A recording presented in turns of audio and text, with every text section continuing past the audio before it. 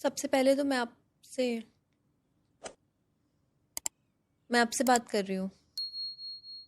Excuse me. Hello. अबे साले, भाई साहब, आपसे बात कर रही हूँ। ये आदत बन गई है मेरी। जब से मैं बीवी और माँ के चक्कर में पड़ा हूं ना, मैं इग्नोर करता हूं अब हर लड़की को, क्योंकि मुझे मालूम है किसी एक की सुनो ना बवाल होता है। इसलिए मैंने इग्नोर करना शुरू कर दिया है। ये बड़ी अच्छी बात कही आप। अब पूछो, आप क्या पूछ रहे हो? देश में सबसे बड़ा मुद्दा ही यही है इस वक्त का कि बीवी का पहले बात सुने या माँ की पहले बात सुने। आपको क्या लगता है? माँ की सुननी चाहिए, ऑफ कोर्स माँ की सुननी चाहिए। अपने बेटे की माँ की सुनिए आप। नहीं सुनी तो फिर तो। एक शादीशुदा आदमी से मैं ये पूछना चाहूंगी, जिसके घर में माँ भी है और बीवी भी है, घर का कैसा माहौल रहता है? शांत। जब मैं ऑफिस से घर पहुंचता हूँ बिल्कुल शांत, क्योंकि उस पर लड़ाई हो चुकी हुई होती है। बिल्कुल बिल्कुल शांत। इस चक्कर में ना एक दवाई आती है आयोडेक्स, मुझे लगता है उसके दाम ना बढ़ जाएं। क्यों? क्योंकि सूजन दिख जाती है मुझे चेहरों पर। मम्मी को देखता हूँ, इतना हो रहा है मम्मी का, इतना। ये तो फिर बर्दाश्त करता हूँ। मैं सोचता हूँ अब वहां कितना हो रहा होगा। इतने इतने मुंह सूजे हुए देखते हैं हम रोज। काफी डिफिकल्टीज का सामना भी करना पड़ता है पूरी फैमिली को।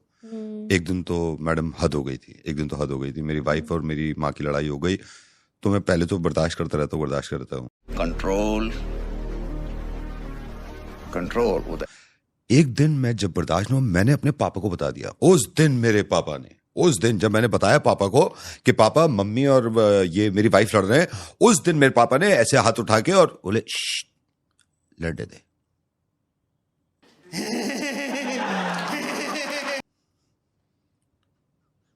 सबसे सही सोल्यूशन है। सबसे सही सोल्यूशन है।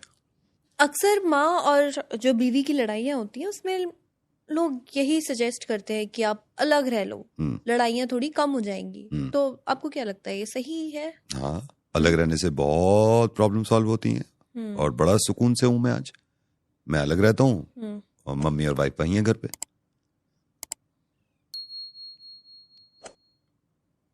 आप अलग रह रहे हो? मैं अलग रहता हूँ। ये जो माँ और बीवी के बीच में लड़ाइयाँ होती है, तो आपको समाज में शक्ल भी दिखानी है, समाज को फेस भी करना है, तो कैसे उस चीज को फेस करते हो आप? करते हैं, फेस तो करते हैं। और आपने सही कहा, समाज को शक्ल भी दिखानी है। अब पूरी रात जंग हो के चुकी है, चीखें चिल्लाटें। सुबह निकलता हूँ तो सामने जैसे कोई मिल गया पड़ोसी, क्या हुआ रात में, तो बताना पड़ता है उनको कि पेट में बहुत दर्द था, वो तकलीफें चीखों की थी, तकलीफों की चीखें थी। बहुत से बहाने लगाने आते हैं। मतलब पहले कभी जिंदगी में नहीं सोचे थे इस तरह के बहाने लगाएंगे, लेकिन निकलना तो पड़ेगा ना। तो इस तरह मैं थोड़ा सा हैंडल करता हूँ सिचुएशन को, कि रात को आया हुआ था, उसकी कुछ तकलीफ हो गई थी, वो चिल्ला रहा था। होती हैं सिचुएशंस, तो आती हैं ऐसी। तो रोज रात को कोई आ रहा है? रोज रात को कोई आता है। अब हम यही कहते हैं, कुछ लोग हमारे यहाँ रहते हैं जो बाहर नहीं आते, बस वो चीखते हैं रात में। वो मतलब वो एक्सपर्ट है चीखने में, तो उनका नाम लगा देते हैं। एक ये समझ में, आप माइंड मत करना। जैसे मैं प्रॉब्लम सॉल्व भी करना चाह रहा हूँ ना, जैसे चलो बात गई, कोई बात नहीं है, माँ के पास गया, मम्मी हो गया, नहीं तू वहीं चला जाओ, उसी का हो जा। वहां जाओ बीवी के पास, तुम ठीक हो, नहीं तुम वहीं जाओ, उसी के हो जाओ।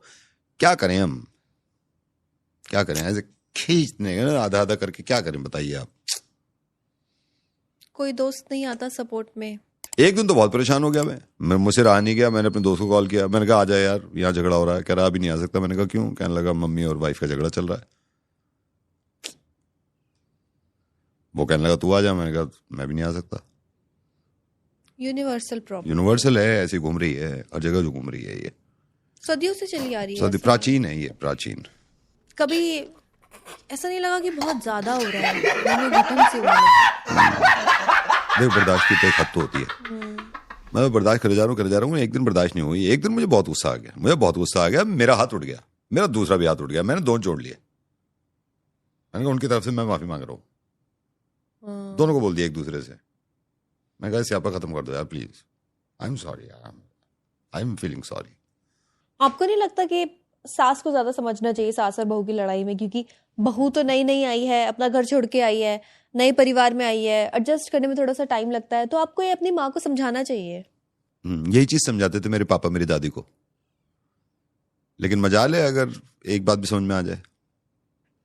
मैं कह रहा हूँ ना, आप वो साइकिल है ना, ऐसे घूम रही है साइकिल, वो घूम के आता है सामने। मैं ये पॉडकास्ट खत्म करने से पहले आपसे एक चीज जानना चाहूंगी कि माँ और बीवी के बीच में आप किसको चुनोगे? वो सवाल है। माँ जिसने जन्म दिया, माँ जिसने चलना सिखाया, माँ जिसने आगे बढ़ाया, माँ जिसने पढ़ाया लिखाया, तो ऑब्वियसली मजबूरी में वाइफ को ही चुनना पड़ेगा।